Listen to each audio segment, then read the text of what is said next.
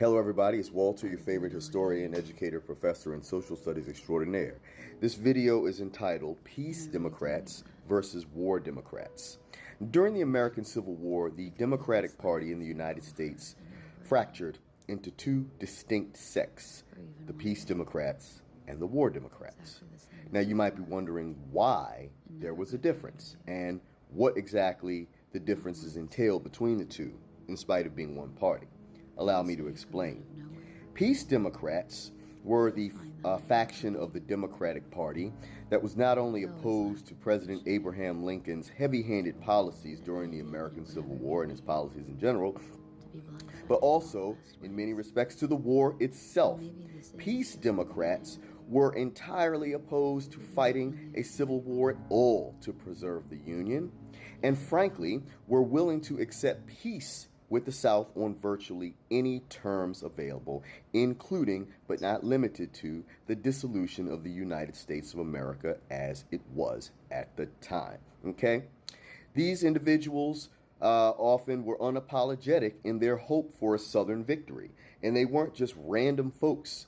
Many of their members included high-ranking politicians, including members of the United States Senate, as well as the House of Representatives. They were often referred to as copperheads, in allusion to the snake, of course, because they were snakes and they were traitors. Many of these individuals engaged in open acts of sabotage against the Union war effort. All right. Some of the most famous copperheads and peace Democrats of the time were Chief Justice Roger B. Taney of the Supreme Court of the United States, who ruled against the Lincoln administration's ability to prosecute the Civil War at every available chance. All right, Taney was the highest ranking copperhead / peace Democrat in America.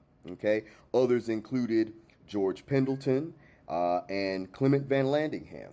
All right, these individuals were traitors to the core, and many of them rightly deserved their imprisonment at some point during the American Civil War. Now, on the other side, there were the War Democrats. The War Democrats were members of the Democratic Party who, while they were opposed to the heavy-handed policies of President Lincoln during the Civil War and most of his other policies in general, they agreed with the president that the Southern insurrection must be suppressed and that the Union must be preserved, and that this war must be seen to its conclusion. Okay, the United States of America had to be preserved by force of arms. Okay, and again, while they were opposed to the Lincoln administration and all of its policies virtually, just as typical Democrats and Republicans would be opposed to each other, they firmly believed that the war must be concluded and the Union must be preserved.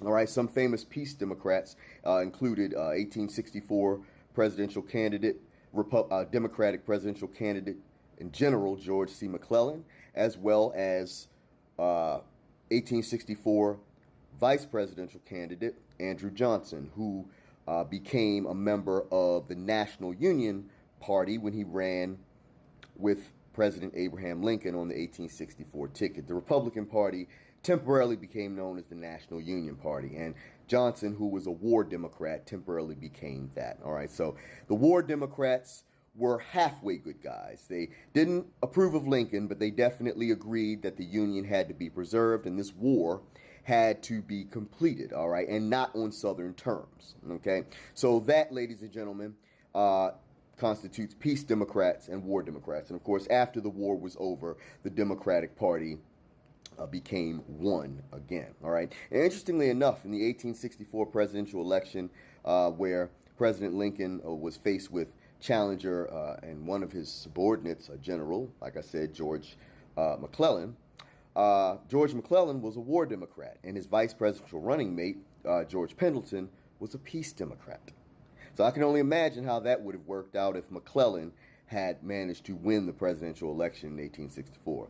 But in any case, the Democratic Party was so divided and tortured and torn up, just much like the Republican Party is today as a result of the Civil War, that after 1856, the Democratic Party did not win another presidential election until 1884.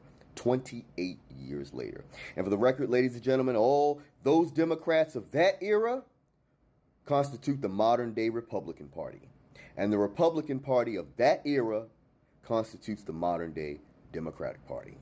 Any questions or controversies, leave them down below. I'll be happy to answer them. Hope you learned a thing or two from this video. And if you need anything explained further to you or just would like to leave a comment, please like the video as well. I'd appreciate it.